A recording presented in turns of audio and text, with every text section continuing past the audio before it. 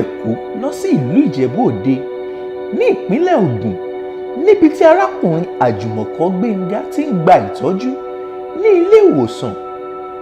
Gbénga Àjùmọ̀kọ́ jẹ́ òṣèré tíátà àti olùkọ̀tàn. Nígbà tí a dé ilé ìwòsàn náà tí à ń pè ní Genesis Hospital ní ìlú Ìjẹ̀bú Òde ni a ti ṣèwádìí tá a rí wípé wọ́n wà ní ipò ẹlẹ́gẹ́ tó nílò ọ̀pọ̀lọpọ̀ ìtọ́jú. Kódà wọn ò lè sọ̀rọ̀ mọ́. A wá gbìyànjú láti bá ìkànnà àwọn ọ̀rẹ́ wọn sọ̀rọ̀ àti òṣèré obìnrin tíátà kan tí a mọ̀ sí Ọmọlọ́lá Adéníyì. Òun ló ṣàlàyé bí àìsàn náà ṣe bẹ̀rẹ̀. Ẹ jẹ́ ká gbọ́ láti ẹnu òṣèrébìnrin Ọmọlọ́lá Adéníyì. Mo fi pé nǹkan tó ń ṣe wọ́n ìbẹ̀rẹ̀ láti bí April.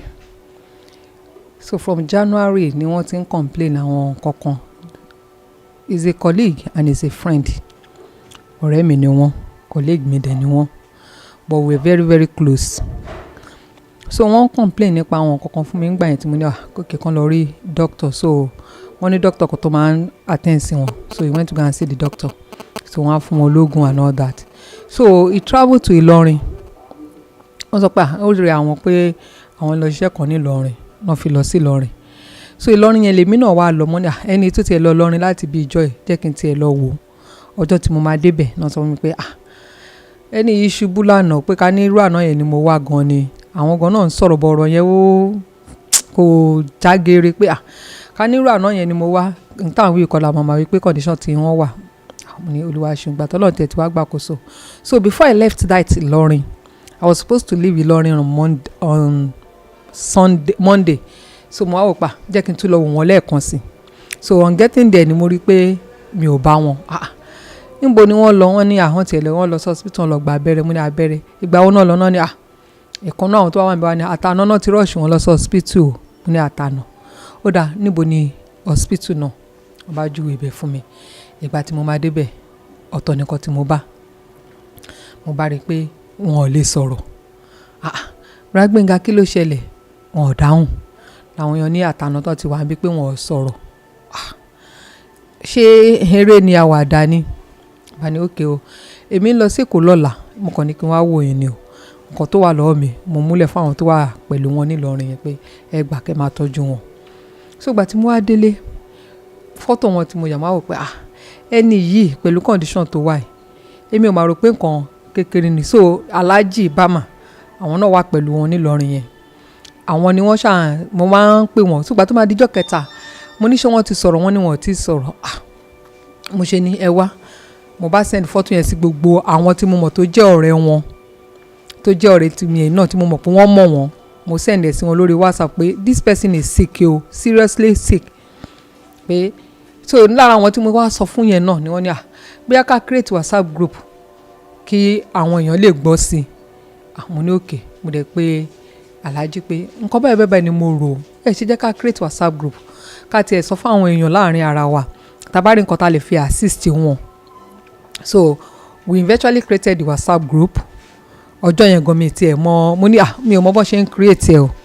So Òkìkí was the one that even told me pé Òkìkí Afọláyan pé Yínká pé ọmọ kan wà lọ́dọ̀ Ìrèkò which is ọmọọṣẹ́ Ìrèkò ní Gbénga Àjùmọ̀kọ́ náà wípé ọmọọṣẹ́ wọn kan wà ń bẹ ó mọ kíní yẹn ṣe pé kí n pè wọ́n á pè tọ́ṣọ̀ continuity ló máa ń ṣe. Mo ní do a fẹ́ create WhatsApp group fún àjò ara wọn ò dá nǹkan bẹ́ẹ̀ a create WhatsApp group yẹn. So báyìí create ẹ̀ àwọn èèyàn rí so àwọn ìgbìmọ̀ mo ṣàgbé síbẹ̀ pé ẹ jẹ́ ká help bọ̀bọ̀ yọ and all that o. So láàárín bí ọjọ́ mélòó àwọn èèyàn ṣàbẹ̀rẹ̀ sí ní help kálukú nǹkan tó ní kálukú ní. Ẹ mọ̀ pé ìlú iná dẹ̀ rọrùn dáadáa ká má sọ kejì. But all well and good, people really tried then. Àwọn tí wọ́n ní wọ́n ṣe, àwọn kan tí wọ́n lágbára náà wọ́n sọ pé àwọn kan ẹ mọ̀ kò sí bí a ṣe lè pọ̀ tó nǹkan tó ní kálukú ẹ mọ̀ ẹlòmíà wò pa kíní yóò kàn mí tó lágbájá báyìí. So ní kálukú ṣe dáadáa bí wọ́n ṣe mọ̀ ọ́ ṣe níwọ̀n bàtàrà tí wọ́n. So àwa bẹ̀rẹ̀ sí ní mo tún wá padà lọ sí Ìlọrin yẹn again pé okay o ẹ jẹ́ n tún lọ bá wọn pé ẹni yóò ti sọ̀rọ̀ ó ti lé ọ̀sẹ̀ kan wọn ò sọ̀rọ̀. So I have to go back to Ìlọrin to go and check on him. So nínú group yẹn làwọn èèyàn ti ń suggest pé kí ló ní tà ṣe gbé wọn wá sí Èkó pé Ìlọrin yẹn máa jìnnà jù fáwọn èèyàn láti lè lọ máa wò wọ́n. mo ní it's a good idea.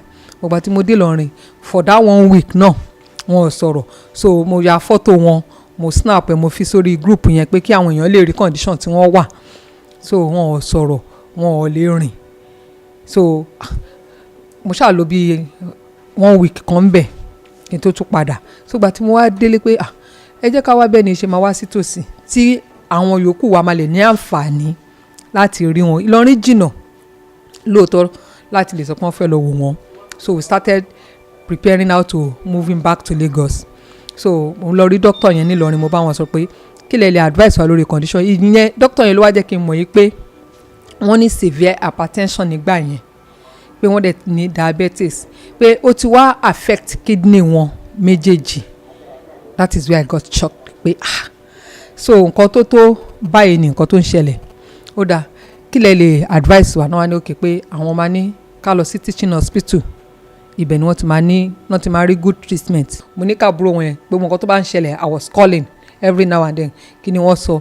Doctor fún wọn ní àwọn test kan pé kán lọ ṣe, pé ẹni ó kọ àwọn oògùn kan wọ́n sọ fún mi. Mo ní okay no problem, I send money pé ẹ lọ kọ àwọn oògùn yẹn o, ẹ lọ ra ilé, ẹ lọ ṣe gbádà o. Wọ́n ṣe yẹn. After that wọ́n ní pé the next Thursday pé kán máa wá. So wọ́n á bẹ̀rẹ̀ sí ní at a point wọ́n kọ àwọn test kan tán ní ká lọ ṣe, àròwó fi ṣe.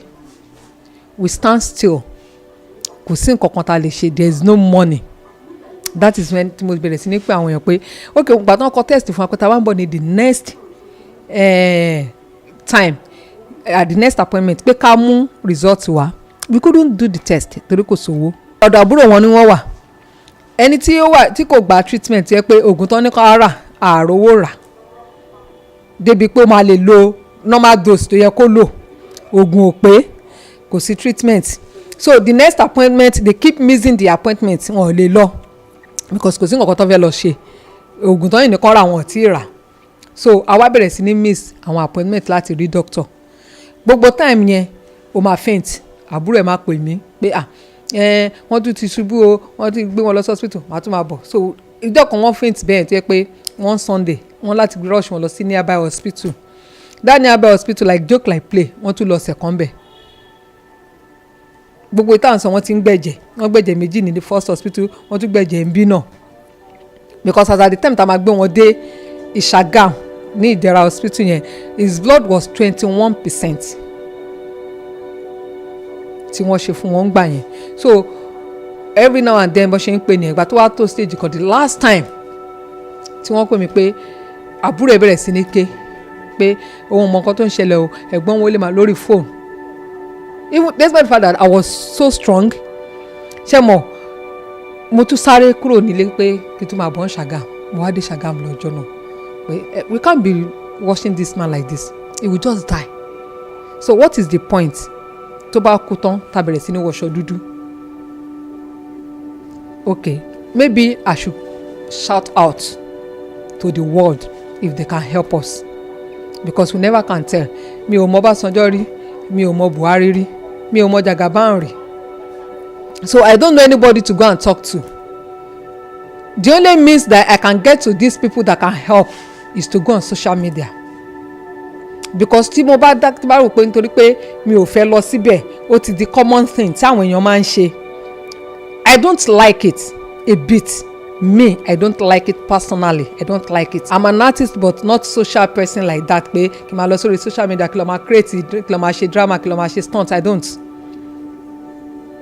But mo wá wò pé kò sí nǹkan tí mo fẹ́ ṣe as it is now. The àbúrò wọn ò fi mí lọ́rùn lẹ̀ láti má máa pè mí. The guy himself each time tó bá ti lè ráyè àti sọ̀rọ̀ òun ló máa sọ fáwọn ẹ̀gbọ́n àbúrò ẹ̀ náà pé kán pè mí. So ṣé kí n wá filẹ̀ kó kú? My conscience can't take that. I can't live with that because tó bá jẹ́ pé bó ṣe pè yẹn ó kàn dákẹ́ ni, I will live to regret it pé why tí mi ò ṣe ṣe. Even if people will abuse me, kí wọ́n sọ pé ó ṣe jẹ́ gbogbo gbà ẹ máa lọ sórí. It is better if I can save his life rather than kó kú in silence.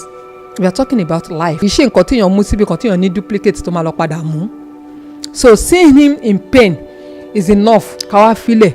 Èèyàn tó bẹ́ẹ̀ pé ṣe ló ti ẹ̀ ń lo oògùn àbí ń gba treatment, ṣe understand? Àmọ́ ọ̀pá hope wà ẹni tí ẹ̀ ń gba treatment but èèyàn tí ò gba treatment tó kàn wà stagnant. Anything can happen anytime.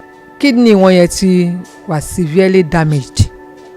pé the only thing tó lè help wọn for now ni pé kí wọ́n ṣe transplant, that is the best option and the last option for him. Pé dialysis tí àwọn ń ṣe láti fi keep wọn, pé kò ń ṣe pé cure ni dialysis yẹn o, it is just to sustain him ni. Pé tá bá ní pé a fẹ́ kí ó wà okay ni pé ó máa ní láti ṣe kidney transplant fún wọn, pé yẹn dẹ̀ máa cost wa tó 10 to 15 million tí ó mọ àwọn owó